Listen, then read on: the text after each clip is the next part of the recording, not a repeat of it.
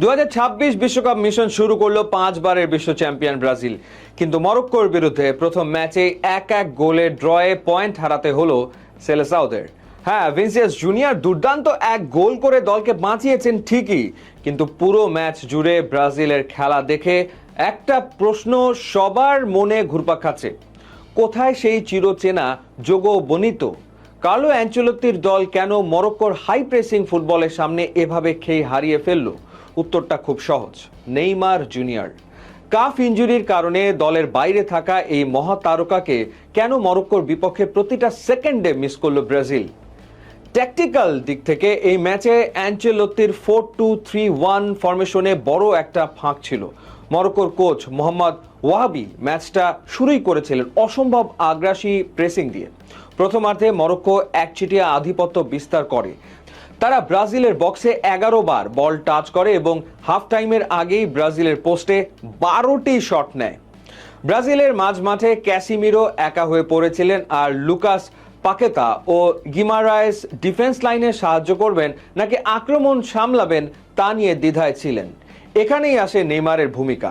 Neymar যখন number 10 পজিশনে খেলেন, তিনি মরক্কোর এই মিডফিল্ড লাইনকে বাইপাস করতে নিচে নেমে আসেন। প্রতিপক্ষের মিডফিল্ডারদের ড্রিবলিং বা ট্যাকল অ্যাভয়েড করে তিনি যেভাবে বল হোল্ড করেন তা বর্তমান দলের কেউ করতে পারেননি। নেইমার না থাকায় মরক্কোর মিডফিল্ড খুব সহজেই ব্রাজিলের ডিফেন্সের ওপর চড়াও হওয়ার সুযোগ পেয়েছে। এবার একটু পরিসংখ্যানের দিকে তাকানো যাক। অ্যানচেলোত্তি নিজেই ম্যাচ শেষে স্বীকার করেছেন যে প্রথমার্ধে ব্রাজিল প্রচুর ডুয়েল এবং পজিশন হারিয়েছে। যখন প্রতিপক্ষ মরক্কোর মতো দল মিডফিল্ড ব্লক করে রাখে, তখন এমন একজন খেলোয়াড় লাগে যে ফাইনাল থার্ডে বা প্রতিপক্ষের বক্সে ডিফেন্স স্প্লিটিং পাস দিতে পারে। নেইমার ব্রাজিলের ইতিহাসে সর্বোচ্চ গোলদাতাই নন, তিনি দলের প্রধান ক্রিয়েটিভ ইঞ্জিন। নেইমার থাকলে ভিনিসিয়াস জুনিয়র বা রাফিনাকে 1-on-1 সিচুয়েশনে বল রিসিভ করার জন্য মরক্কোর উইং ব্যাক আশরাফ হাকিমি বা নুসাইর মাজরাউইকে একা পেতেন, কিন্তু নেইমার না থাকায় মরক্কোর ডিফেন্ডারদের ভিনিসিয়াসের ওপর ডাবল টিম করা সহজ হয়ে গিয়েছিল। ভিনিসিয়াস নিজের একক জাদুতে গোল করলেও পুরো ম্যাচে ব্রাজিল দলগতভাবে মরক্কোর সুসংগঠিত ব্লককে ভাঙার কোনো সৃজনশীল উপায় খুঁজে পায়নি। শুধু ট্যাকটিক্স বা পরিসংখ্যান নয়, মাঠের লিডারশিপের জায়গাতেও নেইমারের অভাব স্পষ্ট ছিল।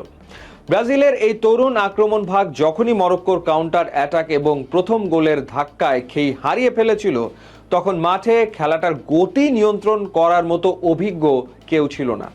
নেইমার মাঠে থাকা মানে প্রতিপক্ষের অন্তত দুজন ডিফেন্ডারকে সবসময় ব্যস্ত রাখা।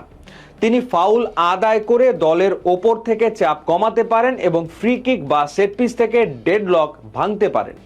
এই ম্যাচে ব্রাজিল সেট পিস থেকেও মরক্কোকে তেমন কোনো বিপদে ফেলতে পারেনি। মরক্কোর বিরুদ্ধে এই 1-1 ড্র কার্লো অ্যানচেলোত্তির জন্য একটা বড় ওয়েক আপ কল।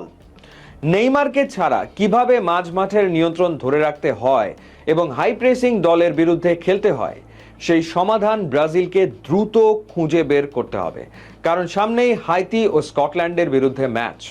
বাস্তবতা হলো, নেইমার বিশ্বকাপের ঠিক আগ মুহূর্তে ডান পায়ের কাফ ইনজুরিতে পড়েন, যে কারণে অ্যানচেলোত্তি তাকে স্কোয়াডে রাখলেও মরক্কোর বিপক্ষে প্রথম ম্যাচে মাঠে নামানোর ঝুঁকি নেননি।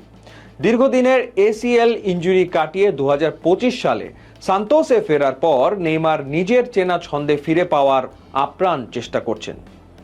ব্রাজিলিয়ান থিঙ্ক ট্যাঙ্ক এবং মেডিকেল স্টাফরা তাকে নিয়ে তাড়াহুড়ো করতে চান না, কারণ টুর্নামেন্টের নকআউট পর্বে তার উপস্থিতি সবচেয়ে বেশি জরুরি। কোচ কার্লো অ্যানচেলোত্তি স্পষ্ট করে বলেছেন যে নেইমার শুধু তার পায়ের জাদুর জন্য নয়, বরং এই তরুণ স্কোয়াডের মানসিক শক্তি বাড়াতে এবং ড্রেসিং রুমে নিজের অভিজ্ঞতা শেয়ার করার জন্য অপরিহার্য। দলের জুনিয়র খেলোয়াড়দের জন্য নেইমার একজন মেন্টর বা আদর্শের মতো। মরক্কোর বিপক্ষে ম্যাচে ভিনিসিয়াস গোল পেলেও দলের আক্রমণে যে ছন্নছাড়া ভাব ছিল, তা কেবল একজন অভিজ্ঞ লিডারই মাঠ থেকে নিয়ন্ত্রণ করতে পারতেন, যা করার জন্য নেইমার সম্পূর্ণ প্রস্তুত হচ্ছেন।